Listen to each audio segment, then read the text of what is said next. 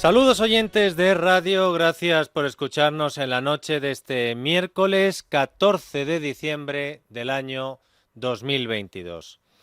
Después de todas las cosas que han sucedido en los últimos 15 días, después de todas las cosas que han hecho el presidente del gobierno de España, Pedro Sánchez, y sus ministros en las últimas 2 semanas, que es la última vez que se celebró una sesión de control al Gobierno en el Congreso de los Diputados, la cita parlamentaria de hoy tenía más interés y más importancia de lo habitual porque era el momento en el que la oposición podía pedir explicaciones al Ejecutivo en el Poder Legislativo.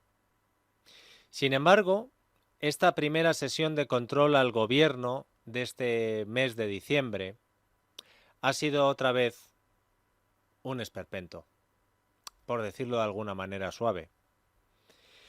Si Pedro Sánchez se está cargando todos los contrapoderes y mecanismos de control a su gobierno, la sesión de control al gobierno en el Parlamento no tenía por qué ser una excepción. Y la prueba es lo que ha sucedido.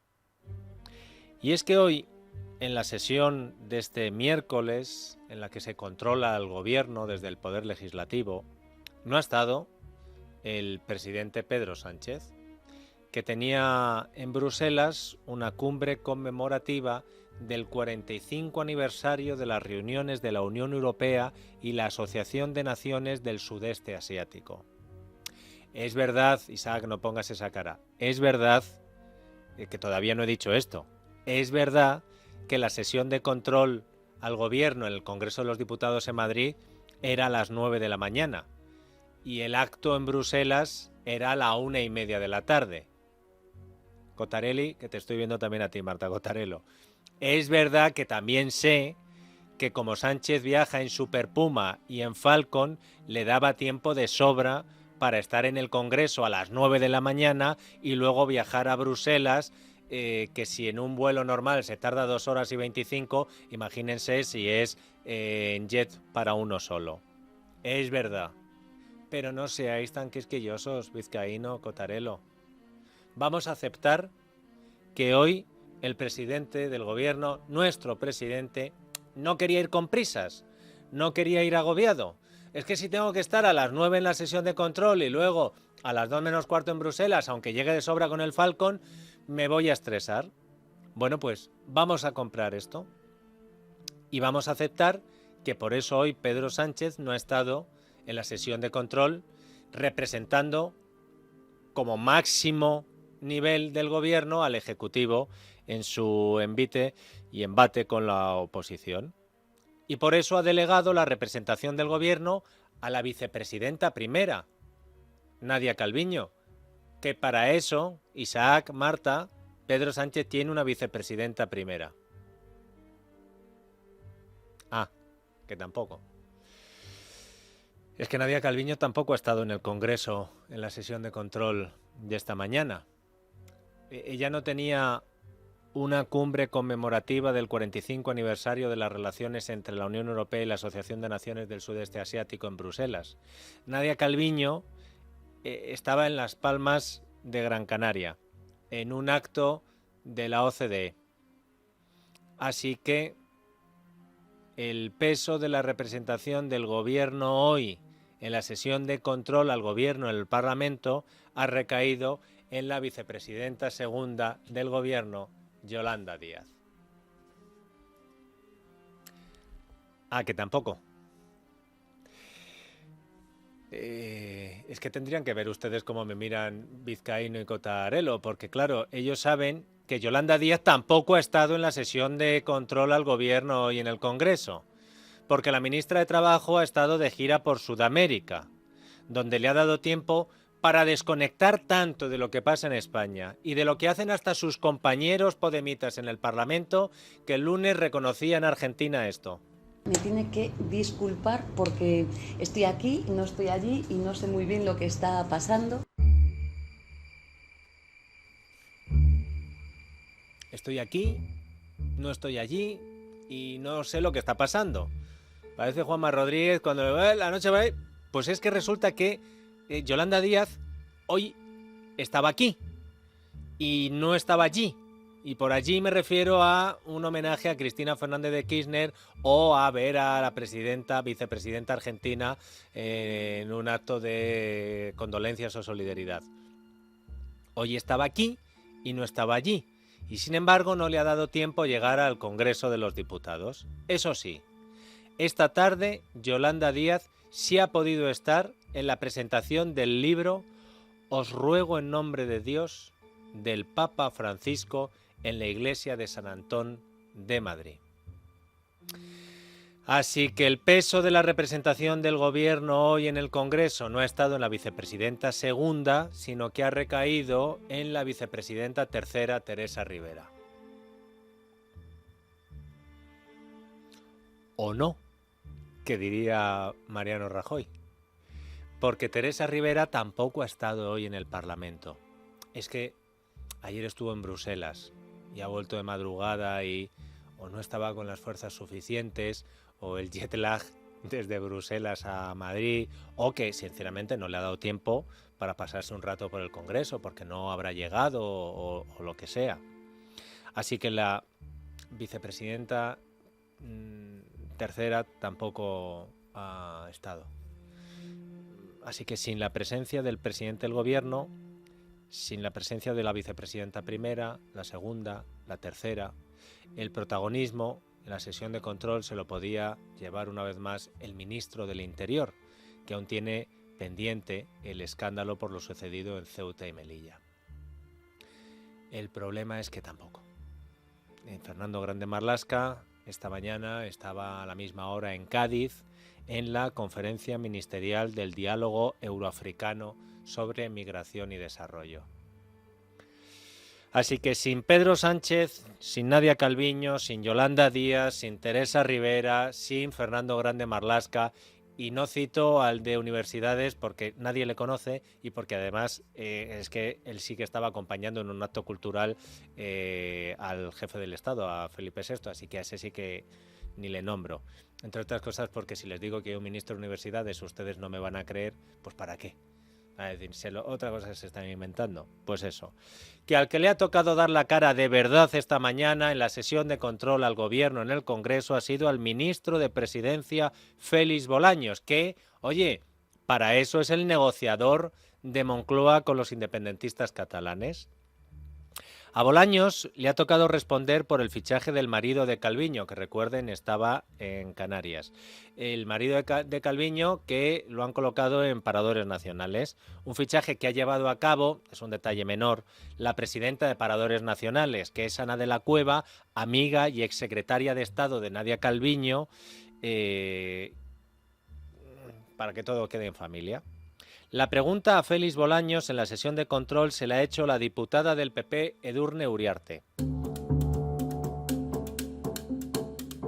Ana de la Cueva ha creado ex profeso este puesto de trabajo que no existía en Patrimonio Nacional y además le ha dotado de unas características profesionales que, casualidad, son las mismas que las del marido de su amiga.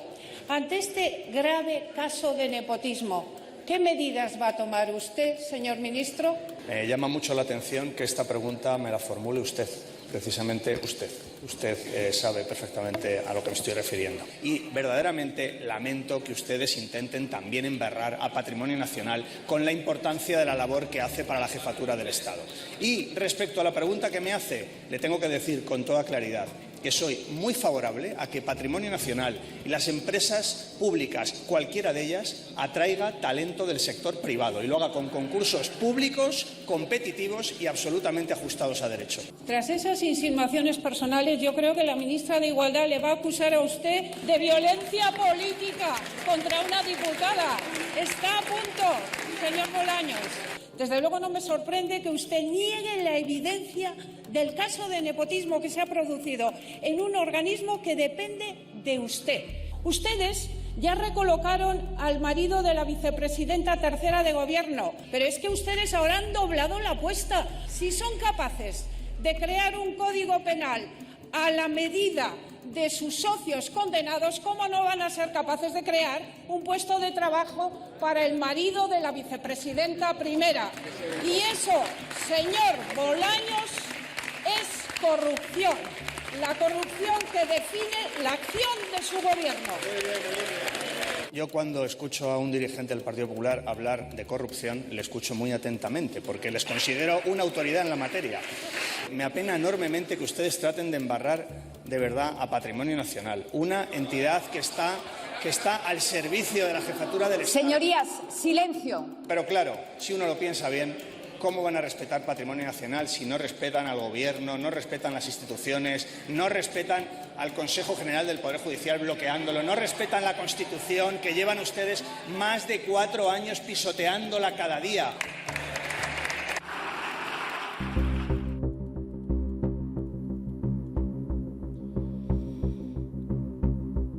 Si ustedes no saben de qué hablaba Félix Bolaños, experto en lanzar ataques velados, cuando ha dicho: me sorprende que me lo pregunte usted, señora Uriarte, y sabe a qué me refiero, yo se lo voy a explicar. Félix Bolaños, al que hoy Jesús Fernández de Úbeda ha bautizado en su crónica en Libertad Digital como el Sandro Rey con ínfulas de Richelieu progresista. Lo de Sandro Rey va por la videncia, porque Bolaños es un vidente con escaso acierto. No va a haber indultos, no va a haber derogación de sedición, no va a haber rebaja de malversación y no va a haber referéndum. Pues, en fin, no le pregunten el número que va a tocar en la lotería de Navidad. Bueno, pues, ¿de qué estaba hablando Bolaños? Pues miren, después de que Edurne Uriarte le haya dejado en evidencia y le haya dicho, anda, o sea que a una diputada del PP sí se le pueden decir esas cosas, aunque sin atreverse a decirlo, ¿verdad?, delante de la ministra de Igualdad, fuentes del ministerio de Bolaños han ido rápido a decirle a los periodistas que a lo que se refería el ministro es a las críticas que recibió Edurne Uriarte, ahora diputada del PP, pero que es periodista de profesión. Y de hecho en 2012 estaba en muchas tertulias y una de esas tertulias era Televisión Española, pero es que además era pareja del entonces ministro de Educación José Ignacio Wert. A eso se refería Bolaños cuando le ha dicho, ¿y usted qué? No se lo voy a decir, pero ¿sabe a qué me refiero? Es decir, Bolaños ha comparado que una periodista llamada Edurne Uriarte estuviera en una tertulia de Televisión Española siendo pareja al mismo tiempo del ministro Wert. Lo ha comparado con que la exsecretaria de Estado de Economía, dimitida tras ser imputada por el rescate a Plus Ultra y recolocada aún así luego como presidenta de Patrimonio Nacional, que antes he dicho Paradores, Patrimonio Nacional, cree un puesto ad hoc como presidenta de Patrimonio Nacional para el marido de su exjefa y amiga Nadia Calviño, sin informar al Consejo de Patrimonio Nacional y sin permitir que se sepa ni un solo dato sobre ese concurso en el que ha colocado al marido de la ministra y vicepresidenta Nadia Calviño y sin que se sepa cuánto va a cobrar y qué pasó con los otros candidatos y quiénes son y qué currículum. ¿De verdad Félix Bolaños ha hecho esta comparación hoy en el Congreso sin atreverla a hacerla él directamente y luego yendo a fuentes del Ministerio de Presidencia? Pues sí, lo ha hecho. Porque también Bolaños tenía que demostrar que a este gobierno no lo controla nadie, y mucho menos la oposición. Y aunque fuera casi el único que ha estado esta mañana ahí, había que demostrar que, oye, los demás no huyen, sino que no vienen porque desprecian el Parlamento, no porque os tengan miedo, porque si me vas a preguntar por un escándalo como el del marido de Calviño, yo te respondo que tú fuiste tertuliana cuando estabas con José Ignacio Wert.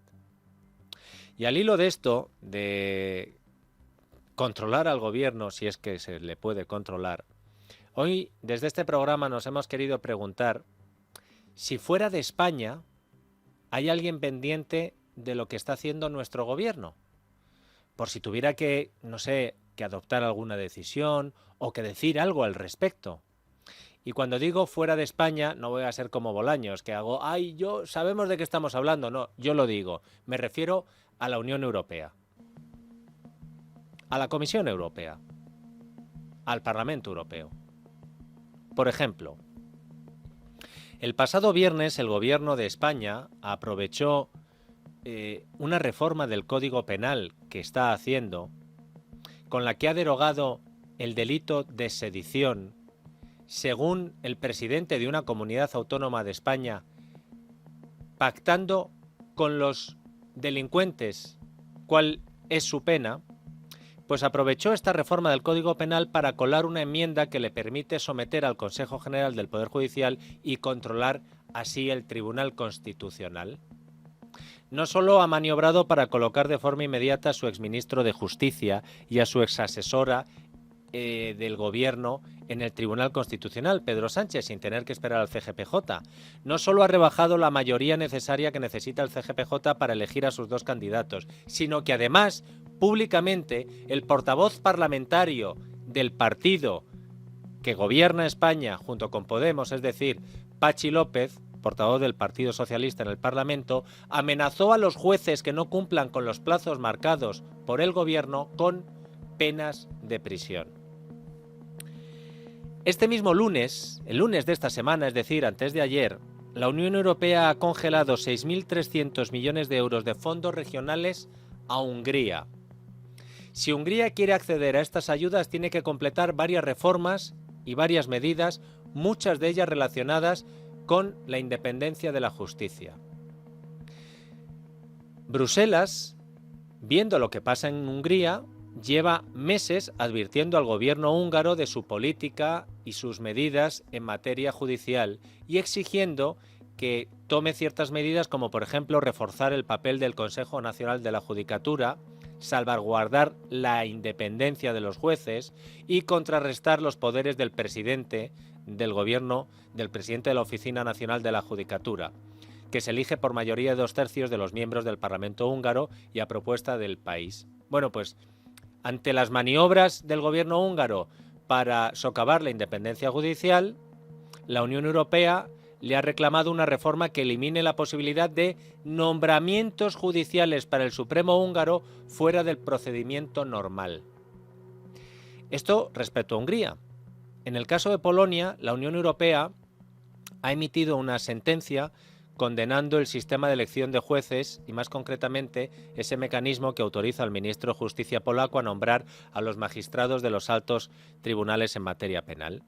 Los jueces europeos consideraron que el sistema hacía peligrar la independencia judicial en Polonia. El Tribunal de Justicia de la UE avaló cortar fondos europeos, tanto a Polonia como a Hungría, si no respetan ciertos valores europeos que van con la Constitución Europea. Cuando Adriana Lastra y Pablo Echenique llevaron al Congreso el plan de Pedro Sánchez para rebajar la mayoría parlamentaria necesaria para nombrar a los vocales del CGPJ, la Unión Europea dio un toque al gobierno de España, lo suficientemente claro para que Sánchez tuviera que echar marcha atrás cuando no echa marcha atrás en nada y paralizara esa reforma.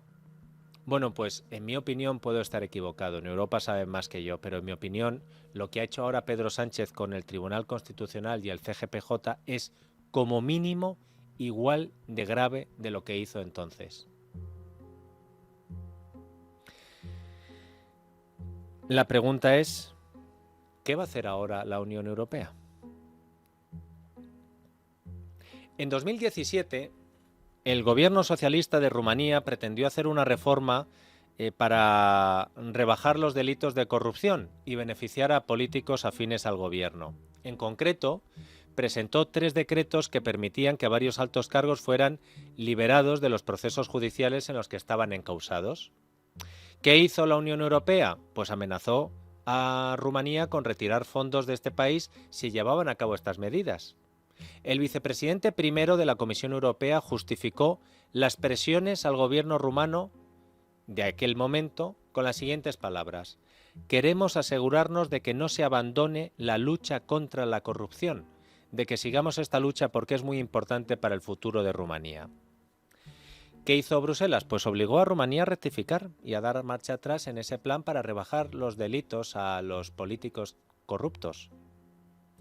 Hace un par de semanas la Comisión Europea anunció que iba a acabar con las evaluaciones individualizadas que realiza periódicamente a Rumanía desde hace muchos años en cuestiones como la independencia judicial y la lucha contra la corrupción, porque en su opinión el nuevo gobierno de Rumanía, ya no el gobierno socialdemócrata de entonces, ha cumplido con los estándares comunitarios.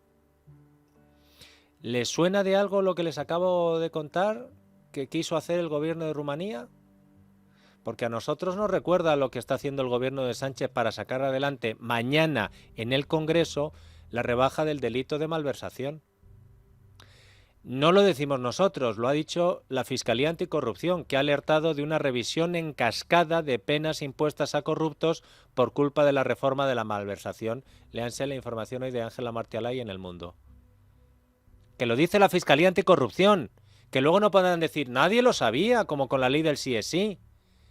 Que lo que están haciendo es favorecer que los que han sido condenados por corrupción, por malversar dinero público, pueda ir su abogado y decir, ¿qué hay de lo mío? De hecho, los propios líderes del golpe del 1 de octubre ya han dicho que esta rebaja de la malversación les va a beneficiar a ellos con esta modificación. Pero no solo a ellos, a muchos más, incluidos condenados de corrupción en casos que afectaban al Partido Popular. La pregunta es, ¿y ante esto qué va a hacer la Unión Europea? En el año 2020, en medio de la crisis desatada por la pandemia del COVID-19, el Gobierno de España aprobó un blindaje de las empresas estratégicas españolas de posibles sopas de empresas extranjeras. La bolsa española había caído, como casi todas las bolsas, las cotizaciones de grandes empresas españolas estaban por los suelos y el Gobierno de España adoptó esta medida porque dijo que así iba a evitar que entidades extranjeras aprovecharan los bajos precios para hacerse con el control de empresas españolas. El gobierno de Pedro Sánchez creó lo que se llamó un escudo anti-OPAs, para tener bajo su control y su aprobación todas las grandes operaciones, inversiones en empresas que Moncloa considerase como estratégicas para nuestro país. Han pasado 2 años de esto. Estamos terminando el año 2022. La pandemia ha acabado, pero es que al gobierno de España le ha cogido el gustillo a esto de tener un poder de bloqueo absoluto y no quiere soltar las riendas.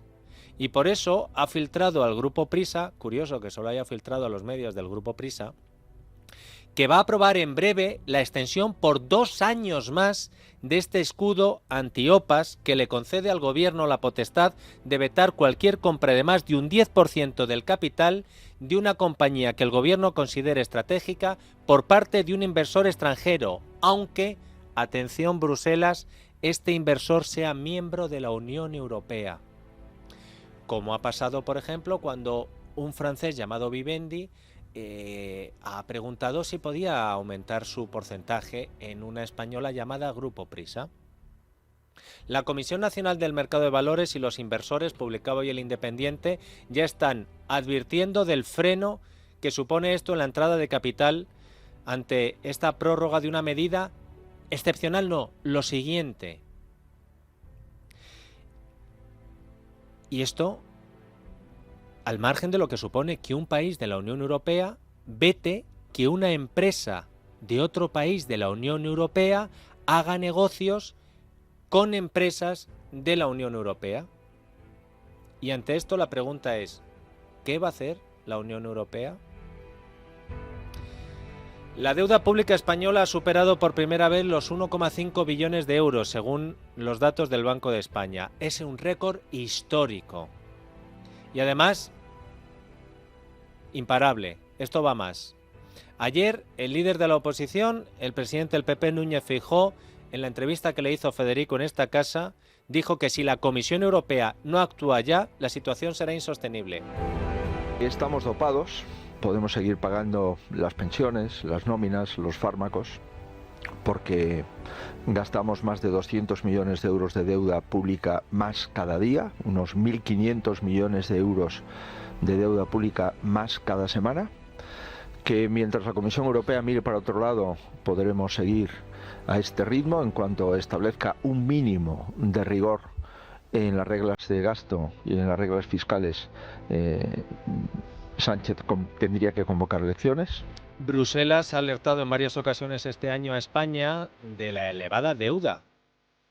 Pero más allá de estos meros avisos, de momento no se ha hecho nada en la práctica.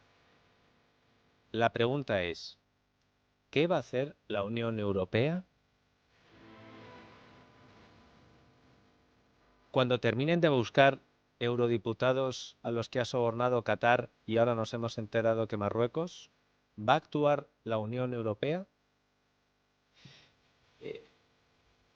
Muchos pensamos que cosas como las que ocurren en países como Perú no pueden ocurrir en España porque España forma parte de la Unión Europea. Ojalá no nos equivoquemos.